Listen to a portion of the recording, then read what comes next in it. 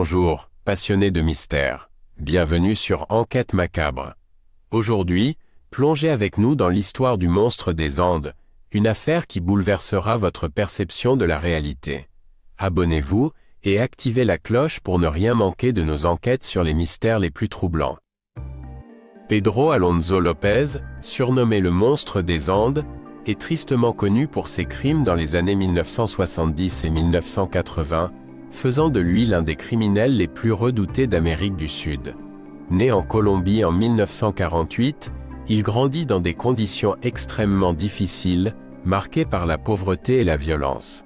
Dès l'enfance, il est confronté à des abus, notamment après avoir quitté son foyer à l'âge de 8 ans pour vivre dans la rue.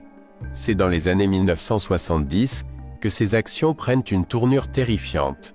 López se déplace à travers la Colombie, le Pérou et l'Équateur, ciblant de jeunes filles vulnérables dans des zones rurales et des marchés.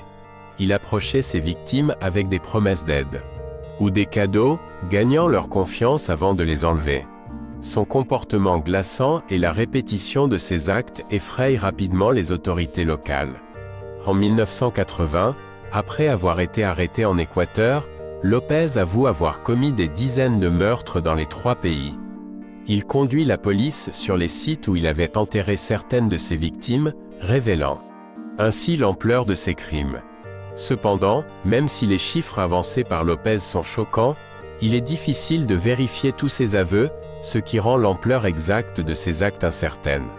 Malgré cela, il n'est condamné qu'à 16 ans de prison, en raison des lois locales en vigueur à l'époque. En 1994, après avoir purgé 14 ans pour bonne conduite, il est libéré. Peu de temps après, López disparaît de la circulation, et son sort reste inconnu à ce jour. Certaines théories suggèrent qu'il pourrait avoir été arrêté de nouveau ou être mort, mais aucune information précise n'a pu le confirmer. Pedro Alonso López demeure une figure inquiétante, et son histoire illustre les failles du système judiciaire de l'époque. Son parcours soulève des questions sur la capacité à prévenir et à punir ce type de crime.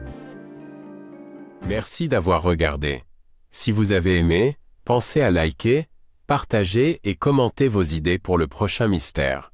À bientôt pour une nouvelle enquête macabre.